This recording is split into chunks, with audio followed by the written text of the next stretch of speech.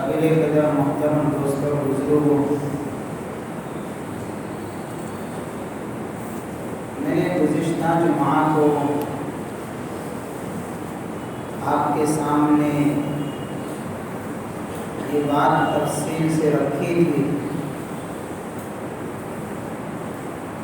कि शरीयत ने निकाह की बुनियादों को मजबूत बनाया है।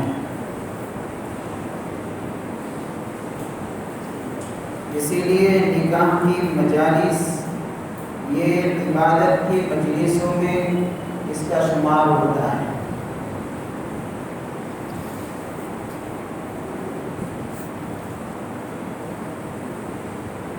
जब ये इबादत की मजलिस में शुमार होता है तो जाहिर सी बात है कि हर इबादत के अंदर अल्लाह ने फ़ज़ाइल और बरकतें रखी है। लिहाजा जो निकाह की तकरीब मसनून तरीके पर हो और सुन्नत के मुताबिक हो तो उस निकाह के भी बड़े अजीम फ़वाइद हैं।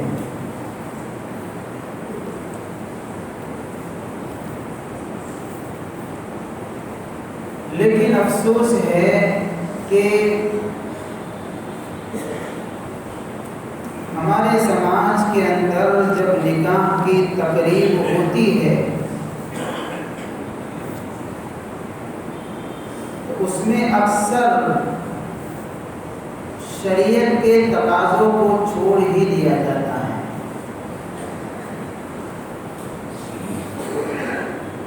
और ये कमज़ोरी किसी ऐसे आदमी की नहीं है कि जो आदमी बेचारा दीन से दूर है, निकाह की तकरीब के अंदर शरीयत के तकाज़ों को छोड़ने का मिजाज ऐसा बना है कि वो दीनदार भी है तो निकाह की मजलिस के अंदर वो फिर भी नजर आएगा कि वो शरीयत के तकाज़ों को छोड़ रहा हो।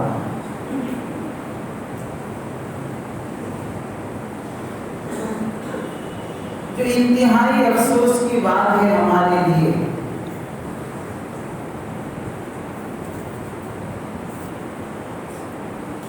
अल्लाह के नबी सल्लल्लाहु अलैहि वसल्लम ने इरशाद फरमाया, इन्ना अअज़मन निकाहि बरकतन, जो आदमी चाहे कि निकाह के जरिए से अल्लाह इस पर बरकतों के दरवाजे खोले तो एक काम करे, बस सिर्फ एक काम करना है। तो अल्लाह उस जोड़े के अंदर और जिस घर के अंदर ये निकाह की तकरीब हुई है उस खानदान के अंदर अल्लाह बरकतों के दरवाजे खोलता है, रहमतों के दरवाजे खोलता है। वो कौन सा काम है कि बहुत आसान है लेकिन मौजूदा जमाने में छोड़ना बड़ा मुजाहदा है।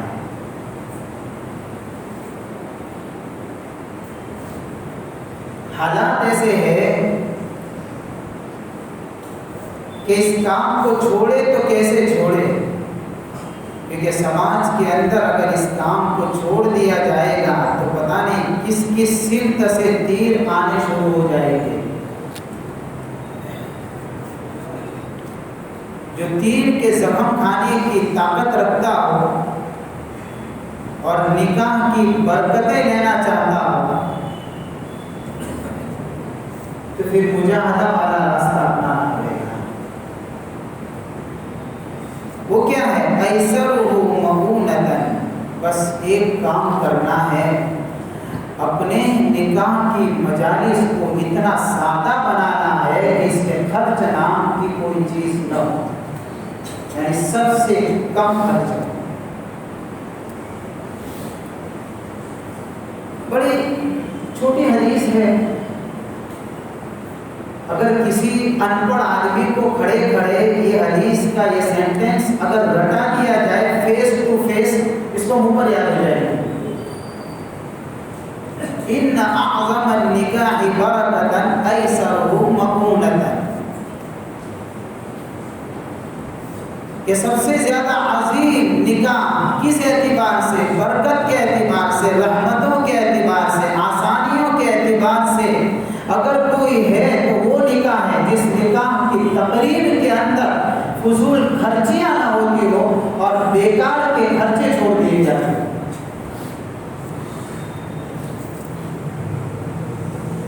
ये सबसे ज्यादा बरकत वाला निकाह है।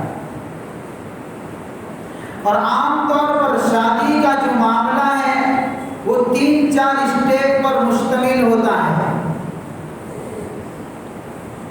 यानी 3-4 स्टेप पार करेंगे तो लगेगा कि अब शादी पूरी हुई और उस वक्त निकाह की मजलिस पूरी होगी। मजलिस मतलब शादी का प्रोग्राम। उसमें से पहला स्टेप है मंगनी, वहां से शुरू होता है।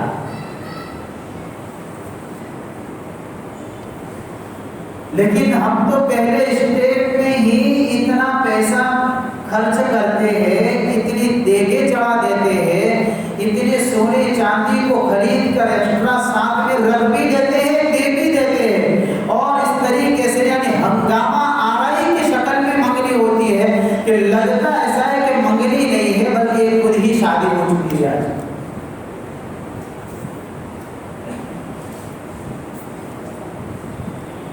इतना खर्च होता है।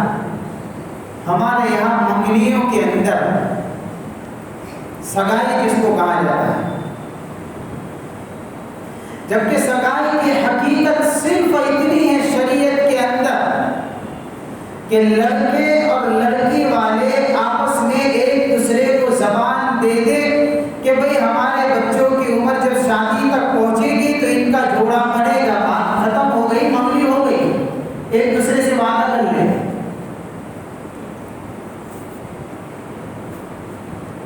लेकिन जाहिर सी बात है दूसरे रसूमात के बगैर हमारी मंगनी तो पूरी होगी नहीं, वो तो अधूरी रह जाती है।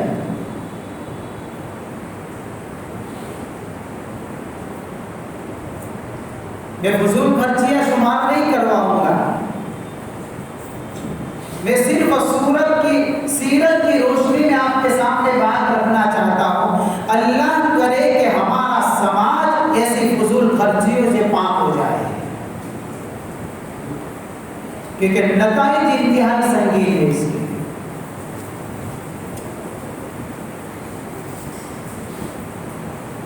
हजरत फातिमा ज़हरा रज़ियल्लाहु ताला अन्हा हुज़ूर पाक सल्लल्लाहु अलैहि वसल्लम की लफ्ते जिगर, जिनके बारे में अल्लाह के नबी ने ये फरमाया, फातिमा मिन्नी, फातिमा मेरे जिगर का टुकड़ा है।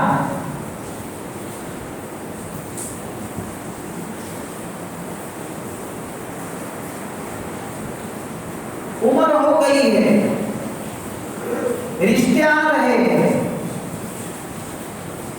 आप अलैहिस्सलाम ने हर आने वाले रिश्ते पर खामोशी इख्तियार की है। इतने में हजरत अली तक बात पहुंचती है और हजरत अली को भी मशवरा दिया जाता है कि आप भी अपने बारे में कुछ राय हुजूर से रखें, इनकी लफ्ते जिगर हजरत फातिमा के मुताबिक। हजरत अली रज़ियल्लाहु ताला अन्हु को ये बात पहुंचाने की हिम्मत नहीं थी। वास्ते से सहाबा के जरिए से, यानी दोस्तों के जरिए से ये समझ लिया जाए, ये बात हुजूर तक पहुंचाई। अल्लाह के नबी सल्लल्लाहु अलैहि वसल्लम ने एक जुमला कहा, अहलन व सहला, खुशामदीद, मरहबा, मुबारक हो। कि क्या कि अली का भेजा हुआ रिश्ता मुझे मंजूर है, हो गई बात। अल्लाह के नबी ने वादा कर लिया और हजरत अली का रिश्ता मंजूर हो गया। यहाँ पर न देगे चढ़ी, न सोने चांदी के यानी कि वो जेवरात खरीदे गए, न शहनाइयां बजी, न पिंडाल सजा, न फूलों के जरिए से और हार के जरिए से, पता नहीं जो हमारी सिस्टम हुआ करती है, ये चीज नजर नहीं आएगी। अल्लाह के नबी ने सिर्फ एक जुमला कहा, अली का भेजा हुआ रिश्ता मंजूर है, ये निकाह होकर रहेगा। हम समाज के अंदर सिर्फ एक मंगनी ऐसी बता दे कि जो अल्लाह के नबी ने अपने लफ्ते जिगर की करके दिखाई।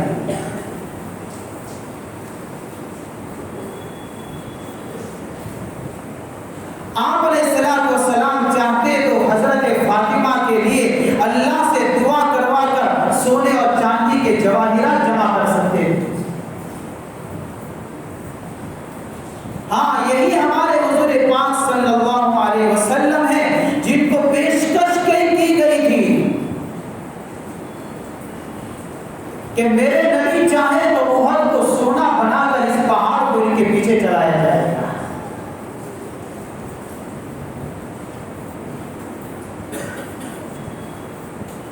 मजबूरी में मंगनी इस तरीके से नहीं की थी, एक बात बिठा ले जहन में। हजरत फातिमा की मंगनी का ये अक़्द यानी कि मामला पूरा हो गया। दो जुमलों के अंदर ये हुजूर ऐसा नहीं कि माल नहीं था, मजबूर थे और खाने पीने के एतबार से और रहन सहन के एतबार से या खर्च करने के एतबार से हुजूर कुछ ऐसे परेशानी के आलम में थे जिसकी बिना पर बेटी की मंगनी पर वो खाना नहीं पका सके,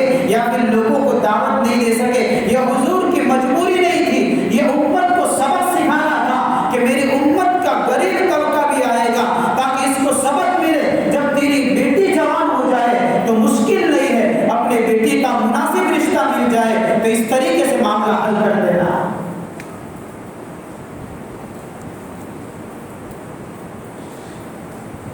यह हुजूर की मजबूरी नहीं थी, यह उम्मत के गरीबों की तरफ देखते हुए इस निकाह और इस मंगनी के मामले को आसान करके सिखाना मकसूद था।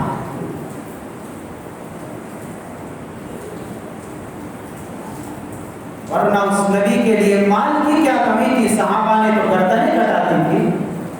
अबू बकर सिद्दीक रज़ियल्लाहु ताला अन्हु ने अपनी पूरी प्रॉपर्टी नबी के पीछे लुटा दी थी। अल्लाह के नबी से अल्लाह की तरफ से पेशकश आई हुई हुजूर ने इनकार कर दिया था, या अल्लाह मैं नहीं चाहता हूँ कैसे हीरे जवाहिरात सोने चांदी के पहाड़ मेरे पीछे घूमे, मैं तो सिर्फ चाहता हूँ एक दिन खाना मिले तो शुक्र करो, दूसरे दिन न मिले तो रोजा रखो और सब्र करो।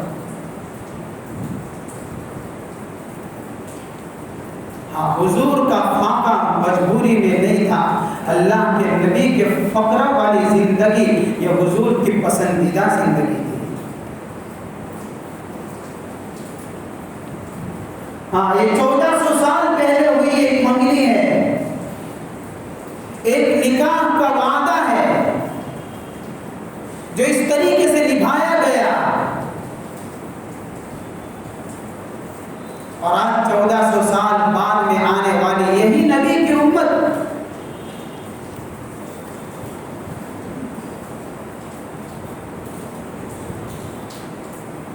लेकिन जहां हमको अल्लाह ने माली फरावानी अता फरमाई, हम उम्मत के गरीब तबके को ऐसा भूले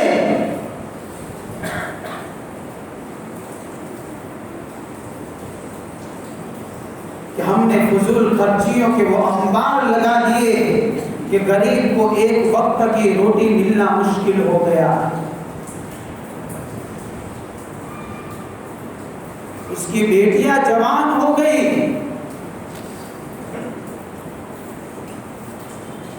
लेकिन अभी तक उसको उसकी अपनी जवान बेटी के लिए निकाह का पैगाम नहीं मिला।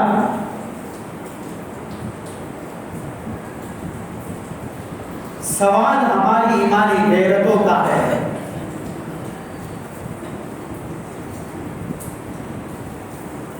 और ये रुकता नहीं है मामला यहां पर। अभी अगर 4 साल 5 साल 6 साल जितने साल मंगनी रहेगी, हर साल का लेन देन फिर अलग रहेगा।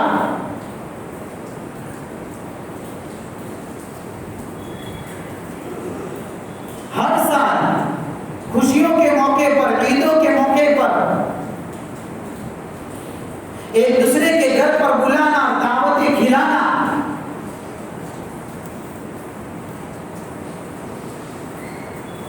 और मंगनी हो गई तो ऐसा लगता है जैसे निकाह हो गया, आपस में बातचीत शुरू हो जाती, नाजायज है। इतना ही गुनाह होगा जितना एक अजनबी औरत से बात करने का गुनाह है।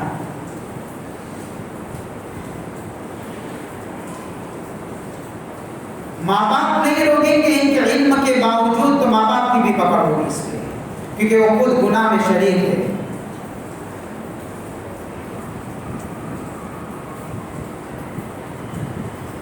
तो हमारा तो पहला स्टेप भी ऐसा है जो इंतहाई संगीन और खतरनाक है।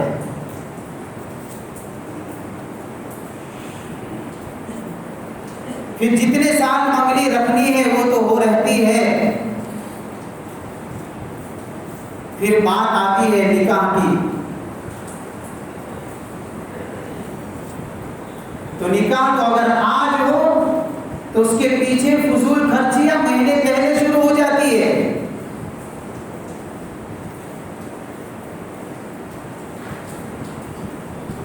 नाच गाने, वीडियो शूटिंग, तस्वीरें, म्यूजिक बजाना, कपड़ों की खरीदारी में हद से ज्यादा तजावुज कर जाना,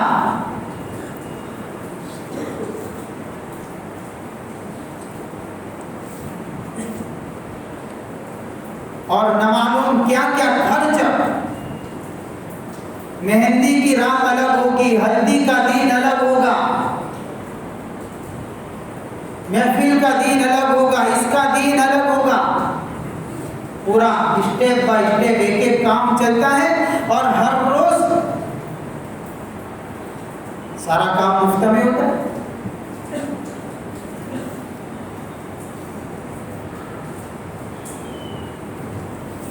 जितना निकाह आसान था इतना मुश्किल करके रख दिया। हजरत अली की यानी कि मंगनी के पैगाम को अल्लाह ने कबूल फरमाया।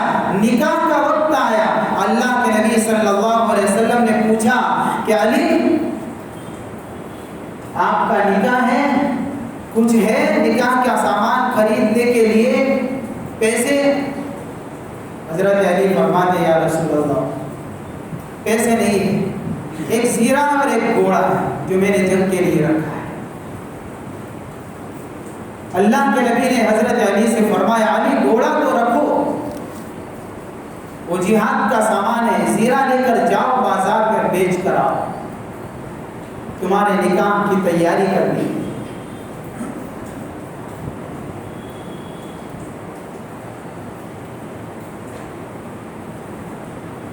हजरत अली रज़ी अल्लाह ताला ज़ीरा लेकर निकलते हैं, बाजार की तरफ जा रहे। हजरत उस्मान मिल जाते हैं रास्ते में।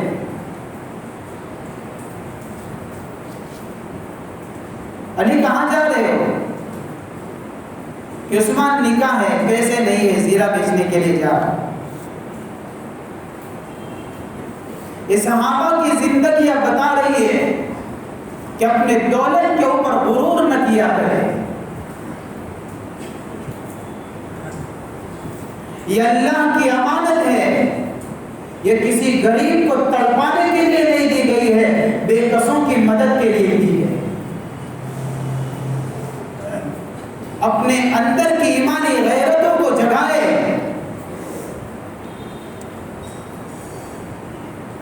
हद से ज्यादा तजावुज न किया करे, शरीयत की तालीम है। ये मैं नहीं कहता हूं मेरे भाई, शरीयत कहती, ये ना समझे।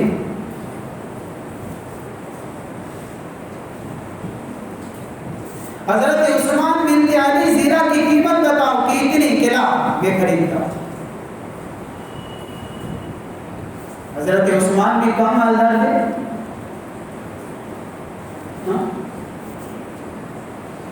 बड़े कारोबारी आदमी थे, सहाबी रसूल थे। आप अलैहिस्सलाम के दोहरे दामाद थे। यके बाद दिगरे बारी बारी से हुजूर ने अपनी 2 लखते जिगरों को हजरत उस्मान के निकाह में दिया है। हजरत उस्मान ने ज़ीरा ले ली, पैसे दे दिए। हजरत अली रवाना हुए। हजरत उस्मान ने कहा ठहरो, कि क्यों? आपका निकाह है, मेरी तरफ से तोहफा भी कबूल कर लो। कि क्या तोहफा है? ये ज़ीरा वापस ले जाओ, नबी की बेटी का निकाह होगा, खर्चा उस्मान देगा।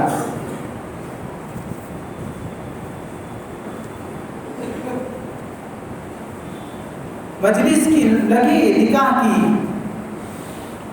कार्ड नहीं छपे 100-100, 1500, 1000-1000 रुपये वाले जो हम छपाते हैं, जो दावतनामे छपते हैं ना, वो 50-100 के नहीं होते। बाज़ लोगों का माल इतना कीमती होता है कि इनके कार्ड भी 500-1000 के हुआ करते हैं। बड़ा कीमती माल है, कीमती जगह पर भी लगता है। और कार्ड की कीमत पता है कितनी है? कि अगर मुझे कोई शादी का दावतनामा देने के लिए आएगा, मैं हाथ में पकड़कर सामने वाले को पूछूंगा भाई कब निकाह है, भाई तुझे दिया है कि इसको पूछ लो ना, इसके अंदर देखने की जरूरत क्या है, इसको तो फाड़ कर फेंक देंगे।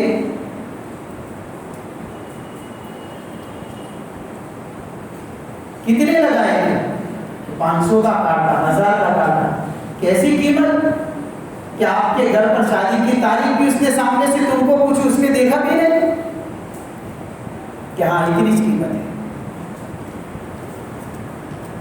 इतनी ही कीमत है, उससे ज्यादा कीमत नहीं है। जिसके पीछे हमने हजारों लगा दिए और लग गए, अभी वापस नहीं आएंगे, गए। शादी से पहले वो काट मिट्टी के हवाले हो जाते हैं। इसको कचरे की पेटी में डाल दिया जाता है। तो इसको संभाल के रखो ने, 500 का कार्ड है कि अपने थोड़ी देश के थे, तारीख तो याद है, चले जाएंगे निकाह। जो काम 10-20 में पूरा हो सकता था, क्या 10-20 के अंदर अगर हम दावतनामा छपवाते तो क्या होता? निकाह रुक जाता, कोई मसला खड़ा हो जाता, कोई एतराज करता। दावत ही सिर्फ देनी है तो दावत तो इसके जरिए से भी पहुंच जाती, और उसके पीछे इतना बड़ा जो सरमाया लगा, अगर किसी गरीब के निकाह का इंतजाम कर देते तो वो जो दुआएं मिलती दिल की गहराई से, पता नहीं उसकी दुआ की कौन सी आंख के जरिए से अल्लाह हमारे घरों में सुकून उतारता।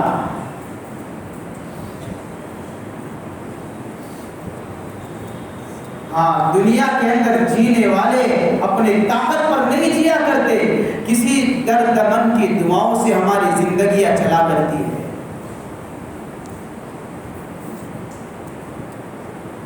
हम सोचते हैं कि जिंदगी कैसे चलती है, कोई अनजान आदमी की दुआएं जो पीछे चल रही है।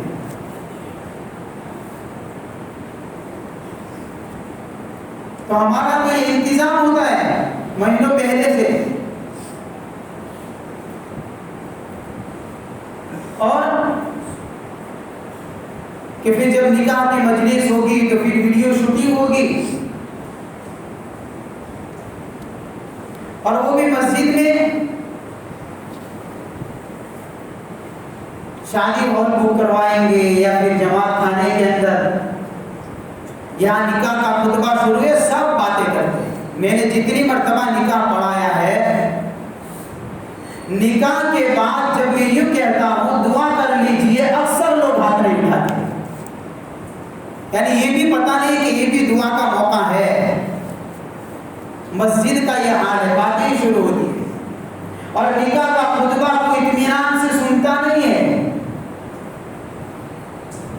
बाहर बैठे होंगे तो बातें चल रही है, कि अंदर बैठे होंगे तो दूल्हे को देखेंगे,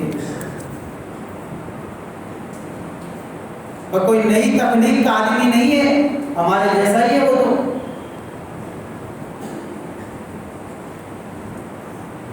और ये कम पड़ता है तो उसके ऊपर वो फूलों का हार डाल दिया जाता है, सेहरा बांध दिया जाता है,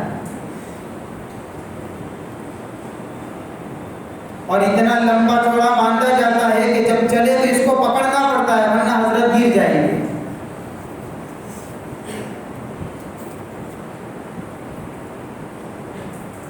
अब इसके अंदर क्या चीज रखी है, कौन सी बरकत है इसमें?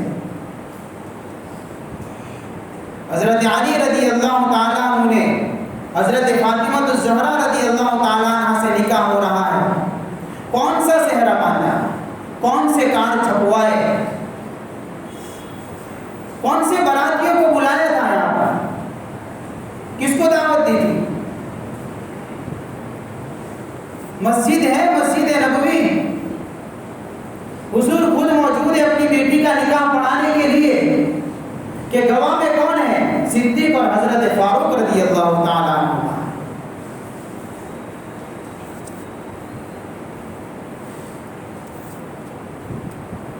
कोई शोर नहीं, कोई हंगामा नहीं, कोई आतिशबाजी नहीं, और हम तो हजारों फटाकों के अंदर लगा देते हैं।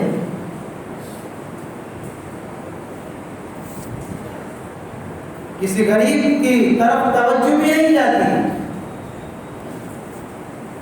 और ये सिर्फ हमारा हाल नहीं है, अक्सर इलाकों में यही चीज हो चुकी है।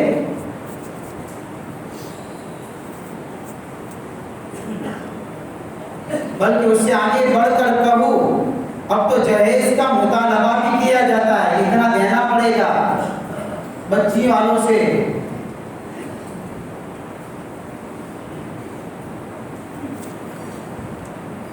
तो दुल्हा बनकर आता है या फकीर बनकर आ रहा है, यही सबसे बड़ा सवाल है। यही तो वजह है कि समाज में आज माँ बाप के लिए बच्चियां बोझ क्यों बन गई।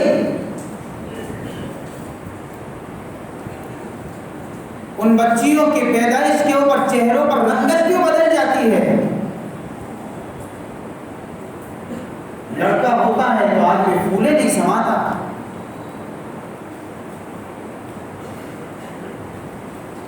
उसमें भी तरह तरह की रस्में हैं।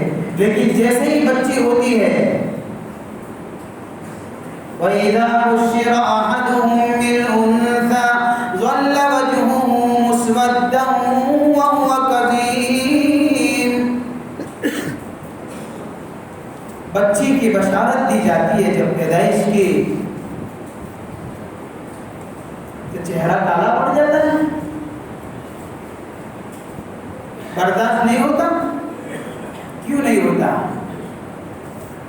इसलिए कि इस बच्ची के पीछे हमने जो खर्च और जो रसूमात और जो रिवाजात हमने डाल दिए हैं, ये बच्ची समाज के लिए और इस खानदान के लिए ये तो रहमत है, ज़हमत हमने बनाया है।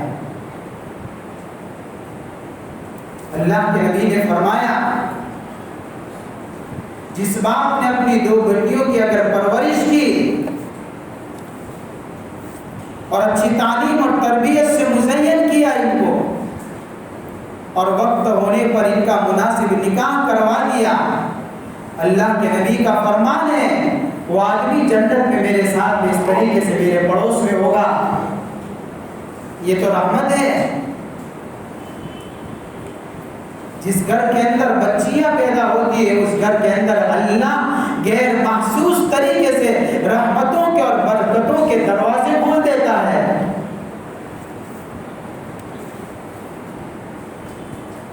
लेकिन जहेज की लानत ने इन सारी रहमतों से और बरकतों से हमें महरूम कर दिया।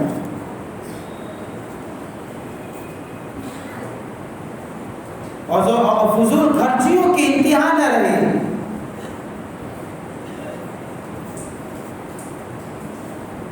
जहां पर अल्लाह ने नमाज का जिक्र फरमाया है, नमाज का, या बनी आदम खुदू ज़ीनतकुम इंद कुल्ली मस्जिदिन वकुलू वशरबू वला तुसरिफू। ऐ इब्ने आदम, हर नमाज के वक्त अपने ज़ीनत का लिबास पहन लो, यानी शरई लिबास, अच्छा लिबास पहनकर नमाज पढ़ो। और आगे क्या फरमाया? खाओ और पियो, वकुलू वशरबू, लेकिन वला तुसरिफू, फजूल खर्ची न किया करो, इन्नहु ला युहिब्बुल मुसरिफीन। इसलिए कि अल्लाह ताला फजूल खर्ची करने वालों को पसंद नहीं किया करता। ये रब की दौलत है जो अल्लाह ने अता फरमाई है। समाज और मुआशरे की इज्जत का दारोमदार और उसकी बुनियादी जो पॉइंट है वो इज्जत और माल, वो माल और दौलत की वजह से मुआशरा और समाज चमकता नहीं है, बल्कि समाज और मुआशरे को चमकाना हो तो उसका मेन पॉइंट है समाज में नेकी और तकवा पैदा करे। इसी से समाज तरक्की करते हैं, इसी से आगे बढ़ते हैं। माल और दौलत से न कोई आज तक आगे बढ़ा है न बढ़ सकता है। हज़रत उमर रज़ी अल्लाह ताला अमीरुल मोमिनीन है, खुतबा दे रहे हैं, कपड़े देखा तो कई पेवंद लगे हुए हैं। अमीरुल मोमिनीन है, जमाने के बादशाह है, वो चाहते कीमती जोड़ा पहन सकते थे, वो चाहते कीमती से कीमती सवारी अपने लिए मुंतखब कर सकते थे, वो चाहते महंगे से महंगा खाना खा सकते थे, वो चाहते तो शाही किला बना सकते थे। हजरत उमर रज़ी अल्लाह ताला ने नहीं किया, इसलिए कि जो माल अल्लाह ने दिया है वो फजूल खर्ची के लिए नहीं है, बल्कि समाज और उम्मत के मुश्किल मसाइल के अंदर, इनकी तालीम और तरबियत के अंदर और बेसहारों को सहारा देने के लिए अल्लाह ने दिया है। अपने गुरूर और अकड़पन को दिखाने के लिए नहीं दिया। ये फख्र के लिए नहीं दिया अल्लाह ने। यही नतीजा निकला आज फजूल खर्चियों का कि गरीब का बाप भी बैंक के हवाले हो गया। इतना ही नहीं, कई समाज की बेटियों ने खुदकुशी की है सिर्फ इस वजह से कि इसके बाप के पास उसके निकाह का इंतजाम नहीं था। कई बेटियां घरों से भागकर गैरों के शिकंजे का शिकार हो चुकी सिर्फ इस वजह से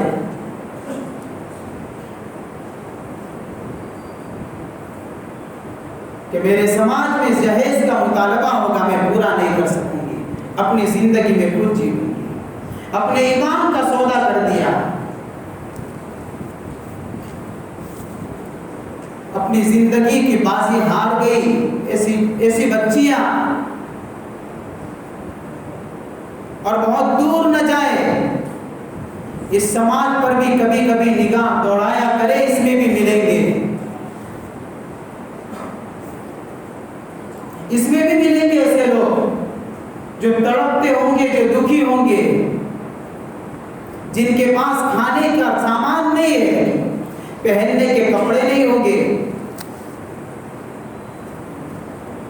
अल्लाह के नबी ने फरमाया, जिसने किसी औरत से इज्जत की वजह से निकाह किया, अल्लाह इसको जलील करेगा।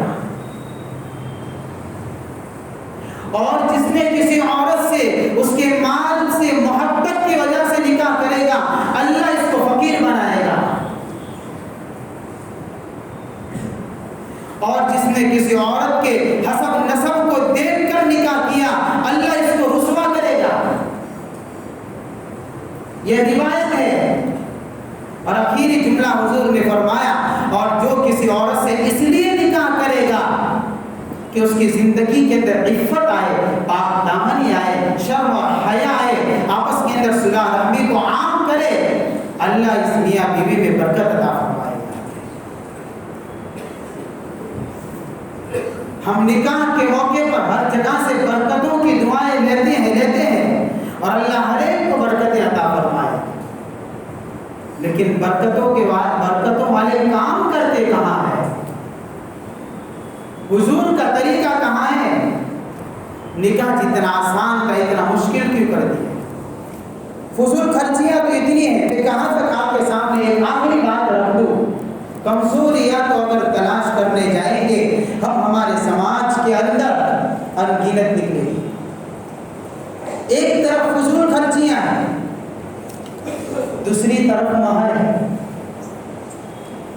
हजारों लाखों लुटा दिए, महर कितना है कि 4000 है, 5000 है, 1500 है, 2000 है, तो इतने तो लुटाए वहां पर।